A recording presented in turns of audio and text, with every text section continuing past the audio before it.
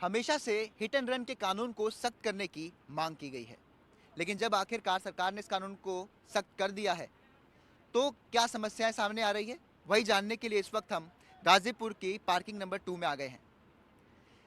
हमारे साथ यहाँ पर बहुत से बस चालक हैं, हम उनसे बात करेंगे और ये जानने की कोशिश करेंगे। देखिए, अब जुर्माने को सख्त कर दिया गया है, यानी कि 10 साल की सज़ा हो सकती है और साथ ही 7 लाख रुपए जुर्माना भी होगा। आपका नाम पहले तो?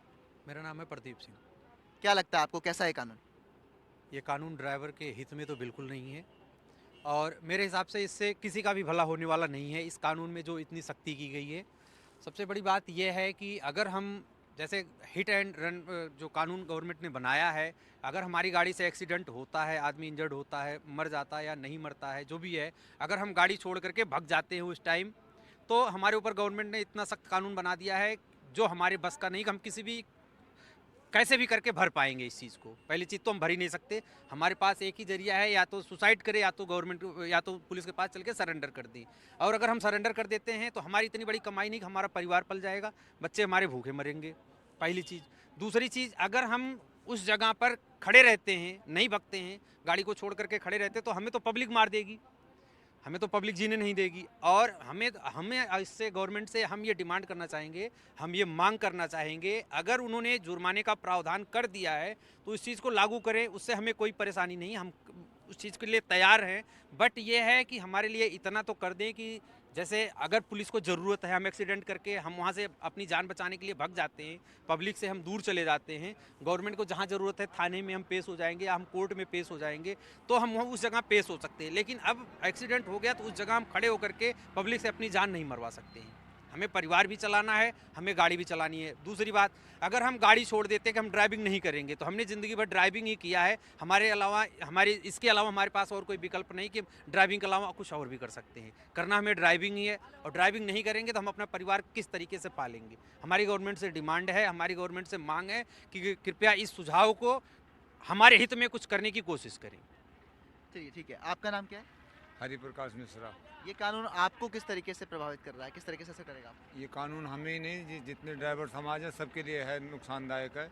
इससे किसी का भी भला नहीं होगा, जो चोट खाएगा वो भी नहीं और जो ड्राइवर है वो भी नहीं। अगर हम लोग रुक जाते हैं वहाँ पे तब तो पब्लिक मार देगी। अगर हम लेके भाग जा रहे हैं गाड़ी तो 10 साल की सज़ा, 10 लाख जुर्माना, क्या है हमारी समझ में तो नहीं आ रहा। हमें तो ये लग रहा कि जैसे बहुत अच्छी सब्जी या दाल बन रही थी, उसमें हींग बहुत ज़्यादा डाल दिया। इस बार मोदी जी का या अमित शाह जी का दांव चला नहीं सही।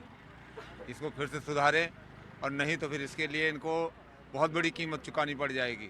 अगर 24 घंटा या 36 घंटा ड्राइवर हड़ताल कर दें तो इनके बच्चे स्कूल जाना बंद हो जाएंगे, इनको दूध मिलना बंद हो जाएगा, इनको सब्जी मिलना बंद हो जाएगा, इनको राशन मिलना बंद हो जाएगा।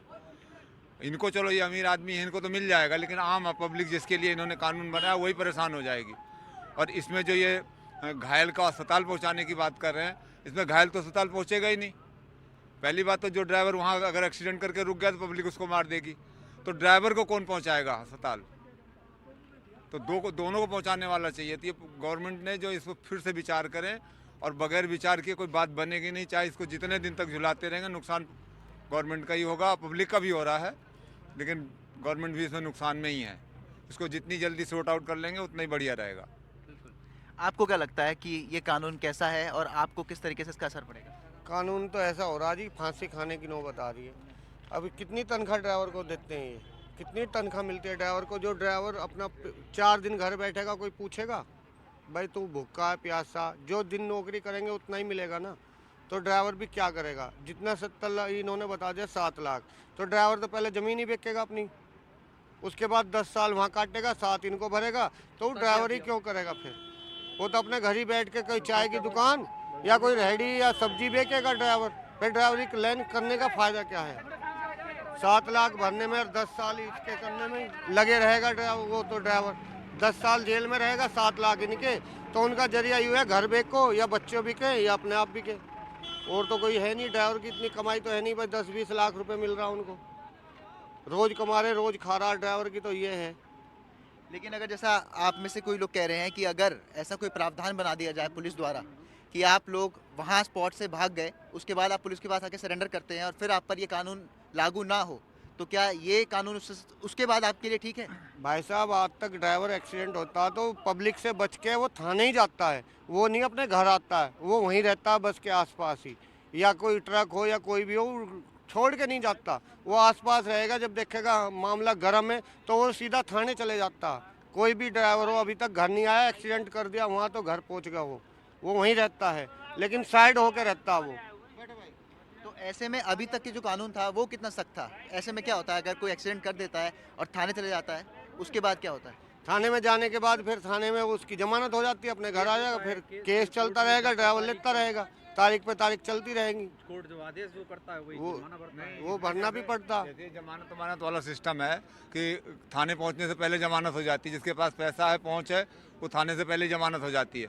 इन सब चीज़ों में तो सुधार करो।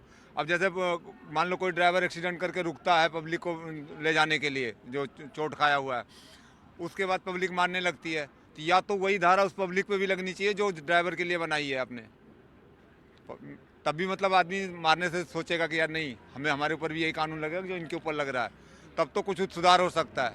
नहीं तो ऐसे तो नहीं, हमारी समझ में नहीं आ रहा कि जो कानून लगाया काला, इस एक तरह से काला ही कानून कहा जाएगा इसको। और ये पता नहीं कौन है, किसने कोई ड्राइवर से धोखा खाया था या परेशान था कोई अफसर जो उनकी मीटिंग में बैठा और उनको ऐसी सलाह दे दी कि अच्छी खासी दाल सब्जी बढ़िया स्वादिष्ट बन रही थी, अच्छा माहौल बना हुआ था, और इन्होंने हींग बहुत ज़्यादा डलवा दी। ये स्वाद इनको नुकसान कर देगा, ये स्वाद को इनको चेंज करना है तो ये को इनकी क्वांटिटी देखेंगे कैसे हींग ज़्यादा पड़ी और क्यों पड़नी चाहिए थी कि नहीं पड़नी चाहिए थी। आप कानून को सख्त करिए, हम भी उसके पक्ष में हैं। कोई गलती करता है उसको आप जो सज़ा बनती है उसको दीजिए, लेकिन इस तरह से नहीं हो, इस तरह से मत दीजिए जिससे कि वो ड्राइवरी के बारे में सोचना ही बंद कर दे। जी, गलती ड्राइवरों से ही होती है कि जितने भी बड़ी गाड़ी के ड्राइवर हैं, आप भी कोई ना कोई गाड़ी चलाते होंगे, तो आप ही बताइए, आपको कोई आदमी चाहता है कि मेरी गाड़ी से कोई भी मेंढक भी मर जाए, मेंढक या कुत्ते का बच्चा भी अगर गाड़ी का, तो ड्राइवर वो भी बचा के चलता है, चाहे बाइक वाला हो चाहे कोई भी। लेकिन छोटी गाड़ी वालों की या कारों वालों की स्पीड देखिए, दारू पी के चलाते हैं। आप कानून बनाइए, उस पर बनाइए जो नशे में गाड़ी चला रहा है, नशों वालों के लिए कानून बनाइए। आज तक गाड़ी मालिक पहले ये था कि पहले ड्राइवरों की जमानत हो गई, गाड़ी की जमानत हो गई, ड्राइवर की जमानत हो गई, उसके बाद में केस चल रहा है, कौन सा मालिक ड्राइवर को देता है? 100 में से 10% मालिक है जो ड्राइवर की सपोर्ट पे खड़े होते हैं। उसके बाद भी तारीख मालिक ड्राइवर जानता है किस तरीके से अपने बच्चों को पाल के किस तरीके से तारीख झेल रहा है। यहाँ से उसकी तारीख पड़ रही है बिहार में मालिक की गाड़ी छूट गई, वो कैसे जाएगा तारीख में बिहार करने, या गाड़ी चलाए बिहार तारीख करने जाए? कौन सपोर्ट करता है बताइए उसके ड्राइवर की? सरकार ने सबके लिए कानून, ड्राइवर के लिए एक हित में कानून बनाया हुआ, आज तक तो मुझे बताएं सरकार ने। ऐसा नहीं है कि मोदी जी के खिलाफ हैं, सरकार के खिलाफ वाली बात कर रहे हैं। आज तक जब से बनाए देश आज तक ड्राइवरों के हाथ में एक भी कानून बताएं कि ड्राइवरों के हाथ के लिए ये कानून करा।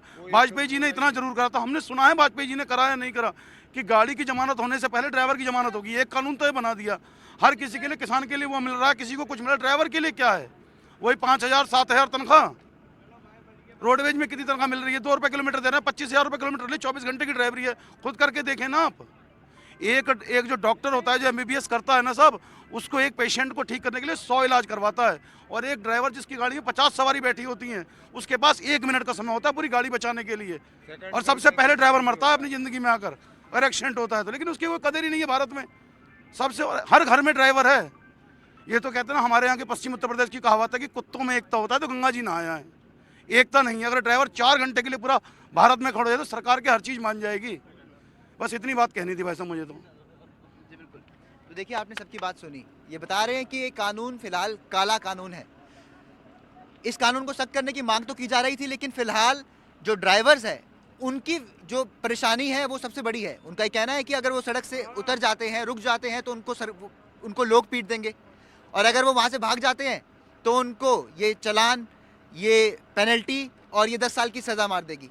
और कोई काम इन्हें आता नहीं है, तो जो ये काम इतने साल से करते आ रहे हैं उसी काम को ये आगे तक करेंगे।